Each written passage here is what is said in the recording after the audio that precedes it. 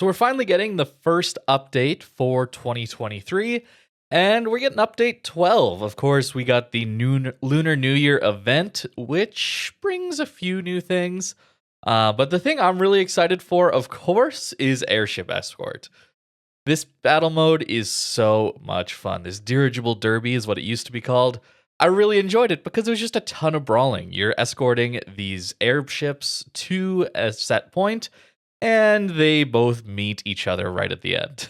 it's it's a lot of fun. I really do enjoy it, and I definitely recommend participating in it. It's ships from tier 8 to tier 10.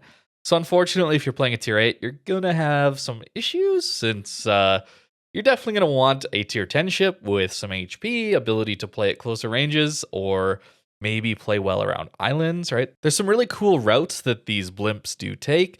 And with a destroyer, you can set up very good ambushes as well. So there's a lot of different options for very cool play here, and I'm very, very excited to jump back into this game mode. I hope it becomes more of a permanent event. I'm not sure it necessarily will, but I really, really have a lot of fun with this one.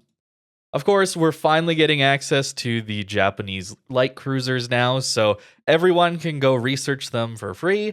They're just normal tech tree ships now, so I'll definitely be making some videos as I grind my way through them.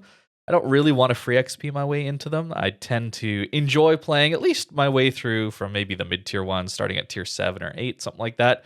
So I at least have a reasonable view of these ships, and I can recommend which ones are maybe worth skipping, or if the whole line is worth skipping. We'll see.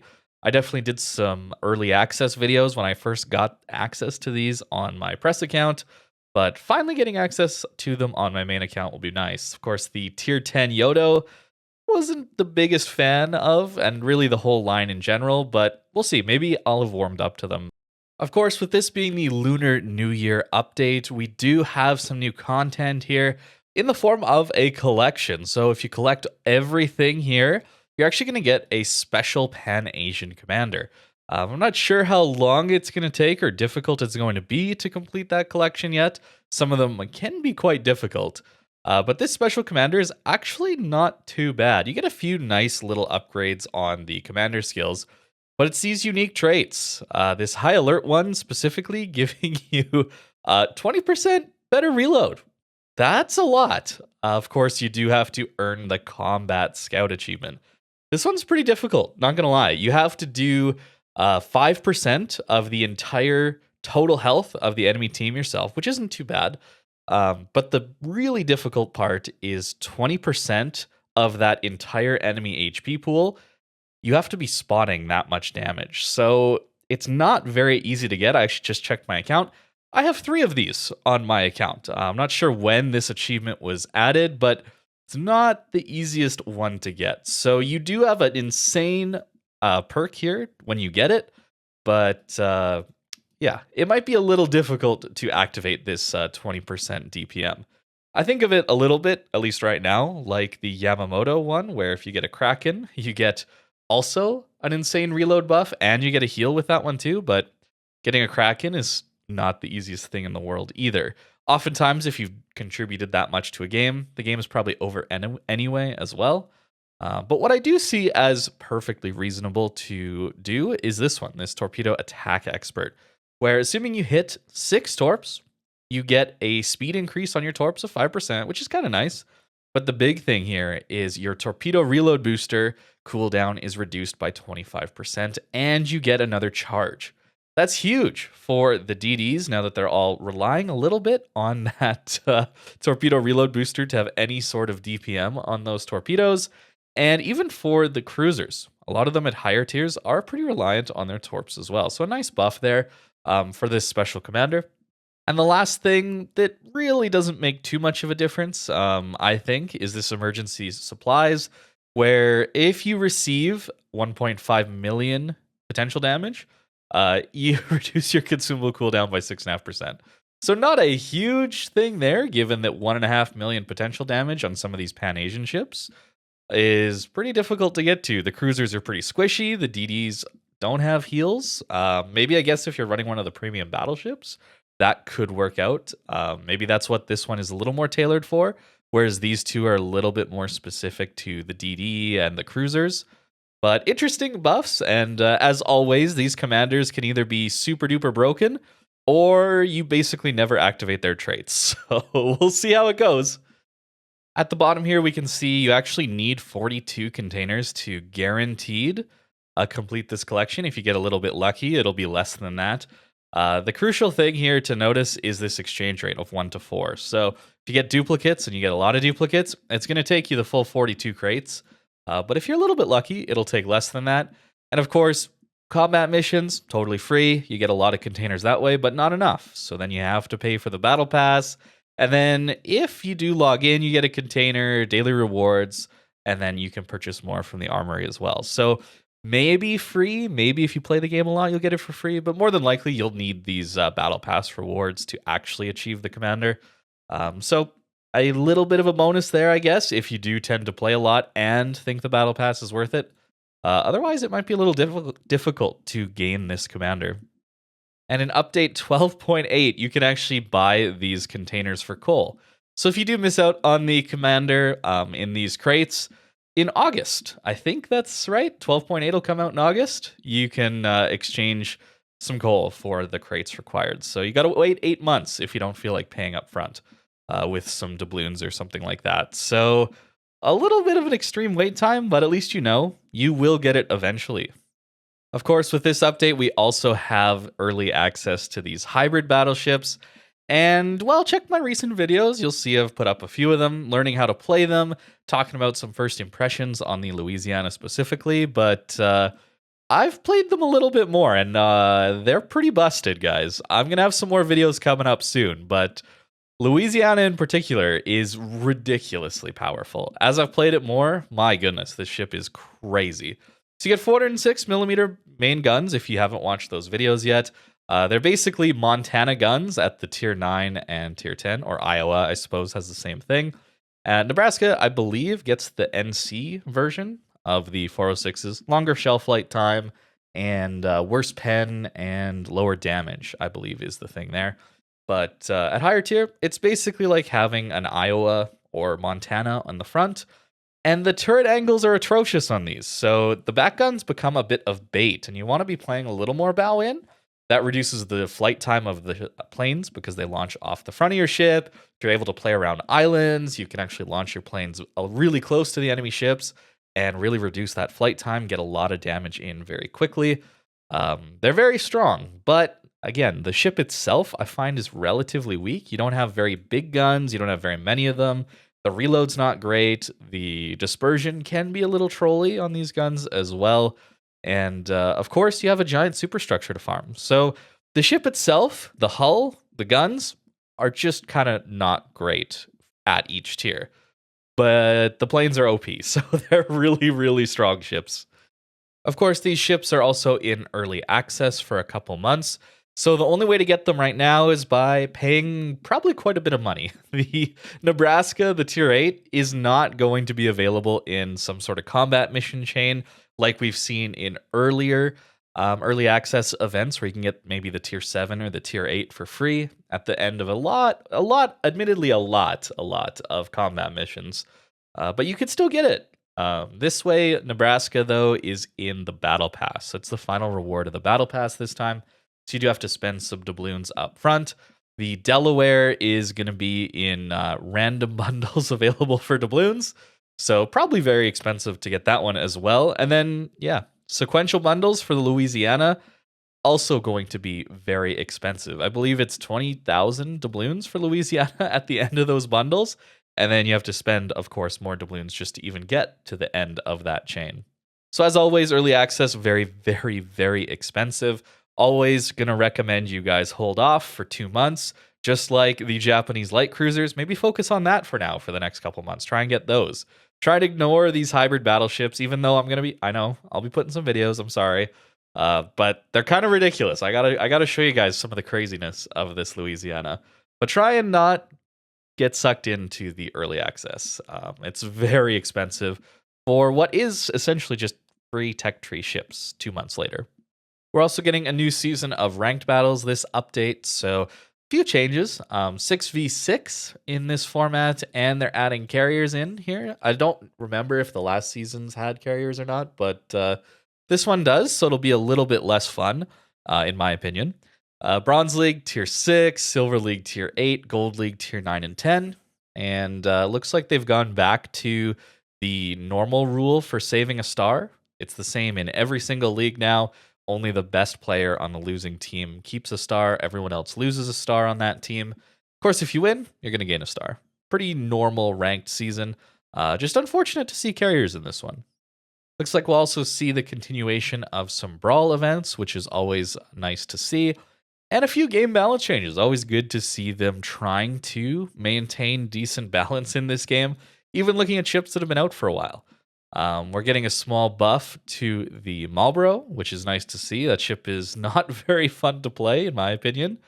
Renown is getting a small buff to its reload. Buffalo. This one kind of surprised me. Buffalo getting a reload buff. Buffalo's been in the game quite a while now at this point.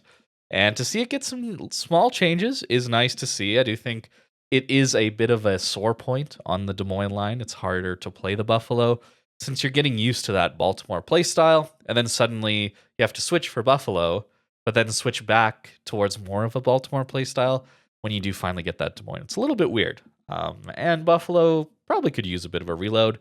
We're seeing some buffs for Pan-Asian cruisers, which is good to see. Those were not very good when they came out, in my opinion. Still not great to play, honestly. Not a huge fan of grinding that line. We're also getting changes to the combat instructions for super ships. I talked about this a little while ago when we first saw it in a dev blog, but basically it means that you're going to see a little more consistency in gaining your buff here. The number of qualified shots goes down from 12 to 10 on a lot of these ships. Basically, it just gives you a little bit more leeway to activate your buff and get enough of these qualified salvos in. To balance that out, though, on the better super battleship specifically, Satsuma here has really shortened the amount of time it can take in between its salvos. So no more waiting around. You do have to basically shoot on cooldown. 5-second less time between the adjustment of fire progress starting to decrease, and it decreases more rapidly. So you do have to shoot a little bit sooner on the Satsuma, but it should be a little easier to achieve these buffs. And finally, we get to see anti-submarine warfare for Dutch cruisers. Love to see that. I have no clue why these didn't have any ASW to start with. Seems totally unreasonable to me. I cannot imagine why this would be the case. So it's really nice to see, although there's a few that still Wargaming are holding out on. So there's a few low-tier premiums, I think, that don't actually have ASW. Not a huge deal, but it's weird. And you know what? The reason they tend to claim it is for historical accuracy. Yeah. Meanwhile, in this update, we get these hybrid battleships. So to me, historical accuracy doesn't really hold a lot of water. It's a bit of a cop-out argument or excuse, I would say. So hopefully we can see all the ships that possibly can fight submarines having some sort of way of dealing with them. I don't think that's too much to necessarily ask. Hector is coming as well into the armory. Did a first impressions video of this one recently. Got to play it a little bit more to figure it out. But a crawling smoke at higher tier is pretty interesting. A lot of guns with not an amazing reload. These are lower caliber guns, but they do have a decent fire chance and surprisingly good shell velocity and decent main gun range as well. So not a bad ship, but a bit of a weird one to play. 46,000 research points is an all right amount. It's kind of cheaper, a lot cheaper than the tier 10s, certainly. But I would still recommend going for the Ohio first. Save up that 63,000 research points. You're getting a much, much, much better ship. Now here at the very end of this update overview, we do have to talk about the loot boxes because there's a lot of them here. And you should really know what you're getting into if you're trying to get some of these Lunar New Year ships, especially the camos for some of these.